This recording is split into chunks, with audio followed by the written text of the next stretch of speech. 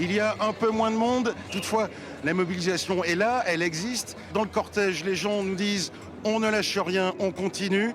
Ils s'interrogent toutefois, faut-il continuer avec ces manifestations? Faut-il trouver un moyen d'élargir le mouvement, de trouver d'autres formes de revendication, d'action?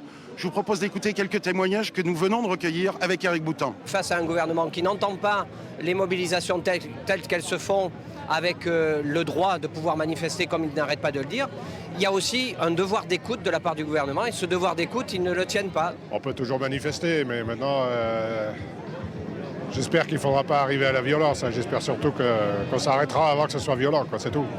On l'a vu pour les Gilets jaunes, il a fallu que ce mouvement crée le buzz, aille dans des actes qu'on a dénoncés par la suite pour être entendus. Dans la manifestation, les gens passent des fois, malheureusement, à une étape peut-être supérieure. Mais ça, on l'incrimine aux syndicats, mais le gouvernement a une très grande part de responsabilité par rapport à ça. Une radicalisation du mouvement n'est donc pas souhaitée, une prolongation du mouvement, d'autres formes d'action, oui. Et les manifestations devraient continuer sur Limoges dans les jours prochains. Voilà, je le rappelle, l'objectif du gouvernement, c'est de faire voter la loi avant l'été.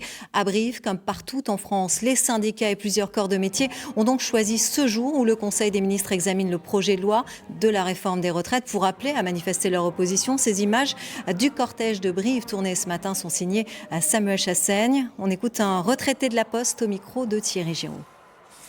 Quand on a été aussi longtemps dans la lutte, on la continue jusqu'au bout et en plus on va gagner, je peux vous le dire. Vous avez encore l'espoir en gros? Ah oui, absolument, absolument. D'accord. Mais c'est vrai qu'il faudrait que dans les entreprises, ça bouge beaucoup plus. Et on y travaille. On y travaille autour de nous, dans la famille, en allant distribuer des tracts aussi aux portes des entreprises. Mais c'est vrai que les jeunes, il faut qu'ils réagissent parce que c'est eux surtout qui sont concernés.